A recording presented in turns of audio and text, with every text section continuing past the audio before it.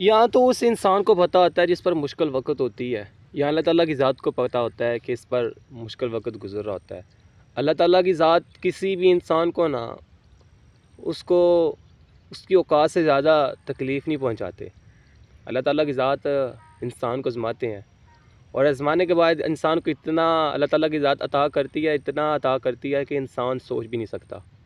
بس کمی اس ذات کی نہیں ہے، کمی ہم میں ہے۔ وہ ذات تو کہتی ہے کہ انسان کب میرے راستے میں آئے گا، کب مجھ سے مانگے گا، مگر ایک ہم ہیں اور ہم اس راستے پر جاتے ہی نہیں ہیں کہ اللہ تعالیٰ کی ذات سے کسی چیز کی طلب کریں، اللہ تعالیٰ سے مانگیں۔ اگر ہم مانگتے بھی ہیں تو ہمارے مانگنے کا انداز کچھ الگ ہوتا ہے، مانگنے کا انداز صحیح نہیں ہوتا۔ کبھی ہم دل سے دعا مانگتے نہیں ہیں، ہمارے دماغ میں کچھ اور چل رہا ہوتا ہے، دل میں کچھ اور چل رہا ہوتا ہے، اور زبان پر کچھ الفاظ اور ہوتے ہیں۔ ایسا نہیں ہونا چاہیے۔ جو دل میں ہو وہی ذہن میں ہو، وہی زبان میں ہو، اور پھر آنکھوں میں نمی ہو اور اتھرو بھی گریں۔ یار کیسے ہو سکتا ہے کہ اللہ تعالیٰ کی ذات اپنے بندے کو انکار کر دے؟ وہ تو ذات ہی اتنی غفور الرحیم ہے، انسان سوچ بھی نہیں سکتا۔ یہ اس کی رحمت ہے کہ انسان اتنے گناہ کرتا ہے، زنا کرتا ہے، چوریاں کرتا ہے، سارا کچھ کرتا ہے، نافرمانیاں کرتا ہے، مگر اس کی ذات دیکھو یار کتنی رحیم ہے، اتنی رحیم اس کی ذات ہے کہ وہ پھر بھی کہتی ہے کب تک میرے بندے تو بھاگے گا، آنا تو میری بارگاہ میں ہی ہے نا، آنا تو تم نے میری بارگاہ میں ہی ہے۔ یار کیوں نہ ہم اس در کی طرف چلے جائیں، کیوں نہ اس ذات سے مانگیں؟ ہم دنیا سے کیوں لو لگا کر بیٹھے ہوئے ہیں؟ ہم دنیا کی طرف کیوں متوجہ ہو رہے ہیں اس ٹائم؟ ہم دنیا سے امیدیں رکھے ہوئے ہیں، ہمیں پتہ بھی ہے کہ یہ لوگ ہماری کچھ امداد کرنے کے بعد ہمیں پھر یہ تانا دیں گے، ہمیں پھر یہ جھٹلائیں گے، ہمیں ذلیل کریں گے۔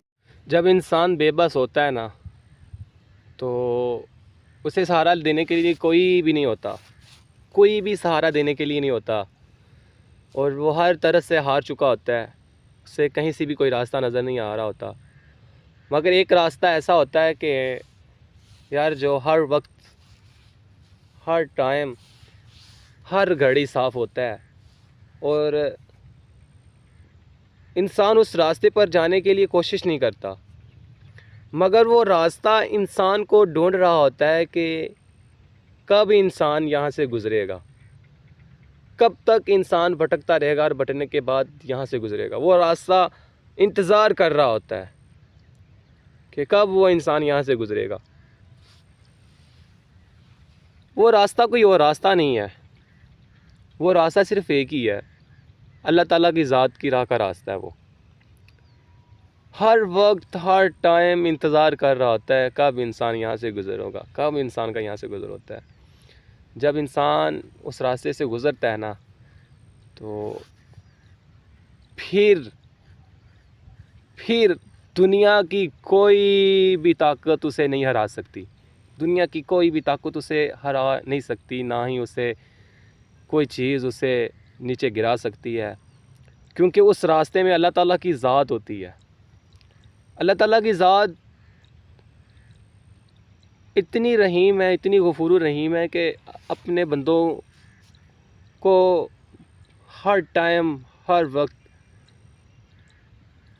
اس انتظار میں ہوتے ہیں کہ کب میرا بندہ اس راستے سے گزرے گا، اور کب وہ مجھ سے آ کر مانگے گا، کسی چیز کی طلب کرے گا، میں اپنے بندے کو دوں گا۔ اس لیے کہتے ہیں نا کہ کسی بھی چیز کو حاصل کرنے کے لیے اللہ تعالیٰ کی ذات سے رجوع کرنا چاہیے، اللہ تعالیٰ کی ذات سے مانگنا چاہیے، کہ صرف وہی ذات ہے دنیا میں جو اپنے بندوں کی مدد کرتی ہے، اور اتنی مدد کرتی ہے انسان سوچ بھی نہیں سکتا۔